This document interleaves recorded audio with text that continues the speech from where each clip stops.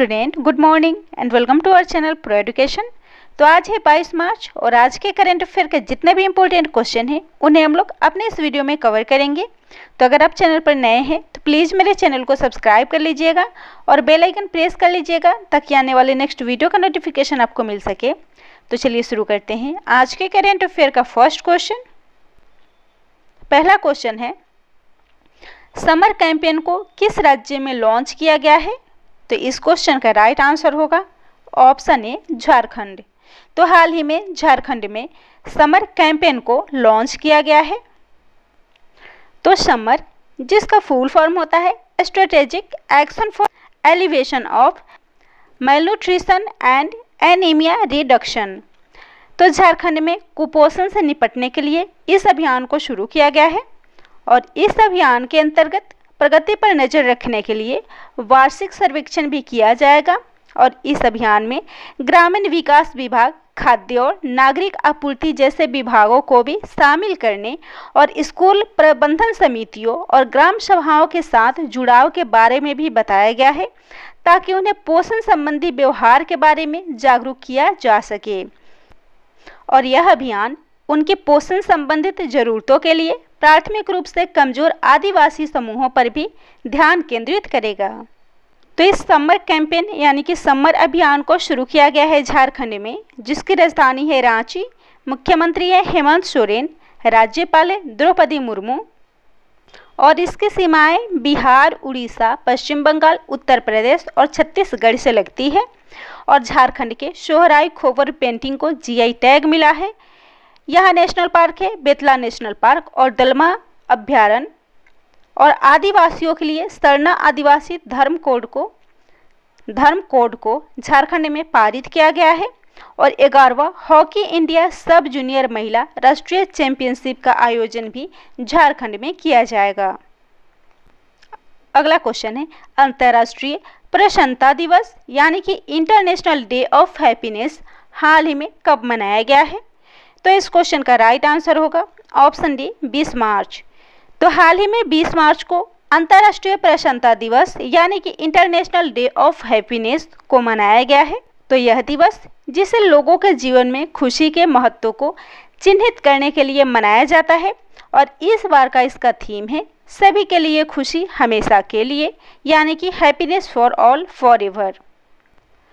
तो फ्रेंड, संयुक्त राष्ट्र के द्वारा 2013 में प्रसन्नता दिवस मनाया जाने लगा था और संयुक्त राष्ट्र के सलाहकार जेमे इलियन के द्वारा कई वर्षों के अभियान के बाद इस दिन का पालन शुरू किया गया था, जो कि कोलकाता में मदर टेरेसा के अनाथालय में पले बढ़े थे और उन्हें अपने अनाथालय और जीवन के अन्य अनुभवों के माध्यम से वैश्विक असमानता को समाप्त करने की प्रेरणा मिली थी। तो इस क्वेश्चन में बात हो रही है संयुक्त राष्ट्र की, जिसकी स्थापना हुई थी 24 अक्टूबर 1945 में। इसका मुख्यालय है न्यूयॉर्क, संयुक्त राज्य अमेरिका। महासचिव है एंटोनियो गुटेरस। और इस क्वेश्चन में बात हो रही है मार्च मंथ के इम्पोर्टेंट डेज की। तो इस क्वेश्चन से जुड़े करेंट अफेयर के कुछ इम्पोर्टेंट पॉइंट्स हैं, जिसमें पहला है 20 मार्च। तो 20 मार्च को प्रसन्नता दिवस, विश्व गौरैया दिवस, विश्व मुख स्वास्थ्य दिवस और संयुक्त राष्ट्र फ्रेंच भाषा दिवस मनाया जाता है। 18 मार्च को वैश्विक पुनरावर्तन यानी कि ग्लोबल रिसाइकलिंग डे और राष्ट्रीय आयुध निर्माण दिवस मनाया जाता है। 16 मार्च को राष्ट्रीय टीकाकरण दिवस मनाया जाता है। 15 मार्च को विश्व उपभोक्ता अधिकार दिवस। 11 मार्च को विश्व किडनी दिवस और 3 मार्च को विश्व श्रवण और विश्व वन जीव दिवस मनाया जाता है। 4 मार्च को चाबहार दिवस और राष्ट्रीय सुरक्षा दिवस और 8 मार्च को अंतर्राष्ट्रीय महिला दिवस मनाया जाता है। अगला क्वेश्चन है, भारत ने किस देश में होने वाले नवरोज समारोह में भाग लिया है? तो इस क्वेश्चन का राइट आंसर होगा ऑप्शन ए चीन। तो चीन में होने वाले नवरोज समारोह में भारत ने हिस्सा लिया है। तो बीजिंग में भारतीय दूतावास में 20 मार्च 2021 को चीन के बीजिंग में संघाई सहयोग संगठन यानी कि संघाई कोऑपरेशन ऑर्गेनाइजेशन के सचिवालय में आयोजित नवरोज समारोह में भारत ने भाग लिया है और नौरोज़ ईरानी और फारसी नव वर्ष समारोह है। तो नौरोज़ जिसकी उत्पत्ति ईरान और पारसी संस्कृति से हुई थी, लेकिन यह त्यौहार विभिन्न समुदायों के द्वारा 3000 वर्षों से मध्य एशिया, पश्चिम एशिया, काला सागर बेसिन, काकेशस, बाल्कन और दक्षिण एशिया में मनाया जाता है। और ईरान में नौरोज़ का समय सौर हिजरी एल्गोरिथम कैलेंडर पर आधारित है। तो इस क्वेश्चन में बात हो रही है चीन की। राजधानी है बीजिंग, करेंसी है रेनमिनबी और राष्ट्रपति हैं शी जिनपिंग। अगला क्वेश्चन है neo growth credit private limited ने किसे अपना नया ब्रांड एम्बेसडर नियुक्त किया है? तो इस क्वेश्चन का राइट आंसर होगा ऑप्शन सी, अजिंक्य रहाणे। तो हाल ही में Ajinkya Rahane neo growth credit private limited के नए ब्रांड एम्बेसडर बने हैं। तो छोटे व्यवसायों के लिए ऋण देने वाली company neo growth credit private limited ने क्रिकेटर अजिंक्य रहाणे को अपना नया ब्रांड एम्बेसडर नियुक्त करने की घोषणा की है। तो अभियान कीपिंग इट सिंपल में अजिंक्य रहाणे शामिल होंगे और यह अभियान स्केलिंग करते समय छोटे व्यवसायों के दिन प्रतिदिन संघर्ष और उनका न्यू ग्रोथ कैसे उन्हें दूर करने में मदद कर सकता है, इसलिए इस अभियान की शुरुआत की गई थी जिसमें अजिंक्य रहाणे शामिल होंगे। तो इस क्वेश्चन में बात हो रही है हाल ही में नियुक्त ब्रांड एम्बेसडर की।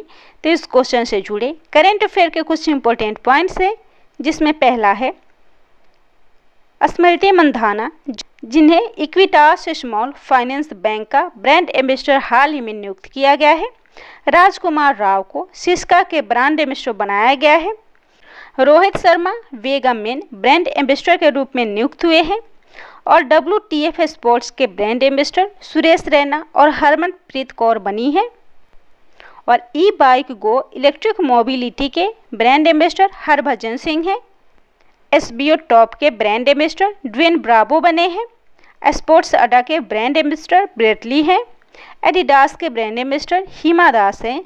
लाल लीगा और ओकले के ब्रांड एम्बेसडर रोहित शर्मा हैं, जबकि बजाज एलियांज के ब्रांड एम्बेसडर आयुष्मान खुराना को बनाया गया है। अगला क्वेश्चन है हाल ही में सामिया सुलूह हसन किस देश की पहली महिला राष्ट्रपति नियुक्त हुई है?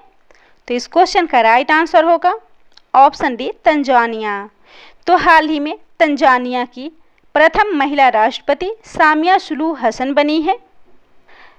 तो 61 वर्षीय सामिया सुलूह हसन, जो कि पूर्व राष्ट्रपति जॉन मूंगफली, जिनकी मृत्यु हृदयघात होने के कारण हाल ही में हो गई है, उनकी जगह लेंगी। और इससे पहले सामिया सुलूह हसन तंजानिया में नवंबर 2015 से उपराष्ट्रपति के रूप में कार्य कर रही हैं और साथ ही वह देश की पहली उपराष्ट्रपति बनी थी और इसके साथ ही वह तंजानिया की प्रथम महिला राष्ट्रपति हाल ही में नियुक्त हुई हैं। तो इस क्वेश्चन में बात हो रही है तंजानिया की, जिसकी राजधानी है डोडोम और यहाँ की मुद्रा है तंजानिया शिलिंग। तो इस क्वेश्चन में बात हो रही है राष्ट्रपति की। तो राष्ट्रपति से संबंधित कुछ क्वेश्चन आंसर भी देख लेते हैं, जिसमें पहला है बार्सिलोना के राष्ट्रपति जॉन लापोर्ट बने हैं। पाकिस्तान के राष्ट्रपति हैं आरिफ अलवी। अफगानिस्तान के राष्ट्रपति हैं अशरफ गनी। चीन के राष्ट्रपति हैं शी जिनपिंग। नेपाल की राष्ट्रपति हैं विद्या देवी भंडारी। भूटान के राष्ट्रपति हैं लोटे तशरीर, जबकि बोलीविया के राष्ट्रपति हैं इवो मोरालेस। बोत्सवाना के राष्ट्रपति हैं मोके गसेसी मासी और जॉर्जिया के राष्ट्रपति हैं सैलोम जुराबिचविल। अगला क्वेश्चन है देश में पहली बार चावल भंडारण के लिए साइलो, जो कि स्टील के भंडारण टैंक होता है, उसका निर्माण सर्वप्रथम किस राज्य में किया जा रहा है? तो इस क्वेश्चन का राइट आंसर होगा ऑप्शन डी, बिहार। तो देश में पहली बार चावल भंडारण के लिए साइलो का निर्माण बिहार में किया जा रहा है। तो बिहार में पहली बार पायलट प्रोजेक्ट के तौर पर बिहार में PPP मोड में 1 लाख टन क्षमता के लिए साइलो यानी कि स्टील के बड़े भंडारण टैंक की स्थापना की जा रही है और इस साइलो को स्थापित करने वाला बिहार देश का पहला राज्य होगा। तो तो इस क्वेश्चन में बात हो रही है बिहार की, जिसकी स्थापना हुई थी 22 मार्च 1912 को। राजधानी है पटना, मुख्यमंत्री है नीतीश कुमार, राज्यपाल है फागू चौहान, हाई कोर्ट है पटना, मुख्य न्यायाधीश है संजय करोल। और बिहार जो कि देश में सर्वप्रथम ई भंडारण प्रणाली शुरू करने वाला पहला राज्य है। जलवायु परिवर्तन पर बने दुनिया के पहले पॉडकास्ट धरती मैया को भोजपुरी भाषा में पटना में लॉन्च किया गया है। देश का सबसे बड़ा संगीतमय फव्वारा भी पटना में स्थापित किया जाएगा। भगवान बुद्ध की विश्व की सबसे लंबी मूर्ति को मई 2021 में बिहार के बोधगया जिले में स्थापित की जाएगी। और इथेनॉल पर अलग नीति बनाने वाला दुनिया का पहला राज्य बिहार है। और देश की पहली एकीकृत सौर ऊर्जा और जल विद्युत परियोजना का निर्माण भी बिहार के सुपौल जिले में किया जाएगा। अगला क्वेश्चन है, किस संस्थान के द्वारा महिलाओं के लिए सही दिशा अभियान शुरू किया गया है? तो इस क्वेश्चन का राइट आंसर होगा ऑप्शन ए यूएनडीपी। तो यूएनडीपी के द्वारा महिलाओं के लिए सही दिशा अभियान को शुरू किया गया है। तो यूएनडीपी यानी कि संयुक्त राष्ट्र विकास कार्यक्रम, जिसने भारत के ग्रामीण इलाकों में महिलाओं की आजीविका और उद्यमशीलता को प्रोत्साहित करने के लिए सही दिशा नाम के एक अभियान की शुरुआत की है।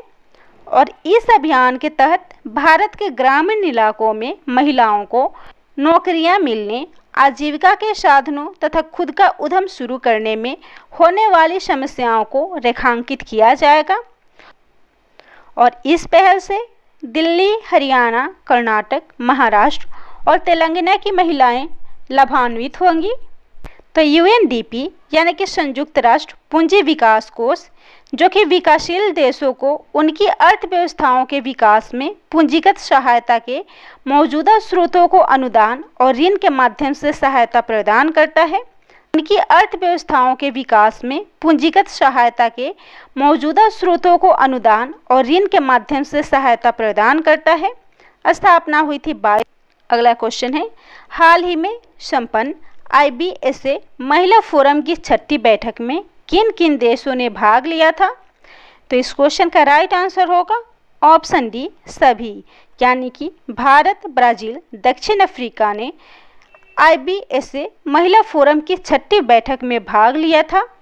तो IBSA महिला फोरम जो भारत, ब्राजील, दक्षिण अफ्रीका त्रिपक्षीय सहयोग से फोरम का एक अनूठा मंच है और जो 3 अलग अलग महाद्वीपों से भारत, ब्राजील और दक्षिण अफ्रीका 3 बड़े लोकतंत्रों और प्रमुख अर्थव्यवस्थाओं को एक साथ एक मंच पर लाता है, जिसे हाल ही में वर्चुअल माध्यम से संपन्न किया गया है।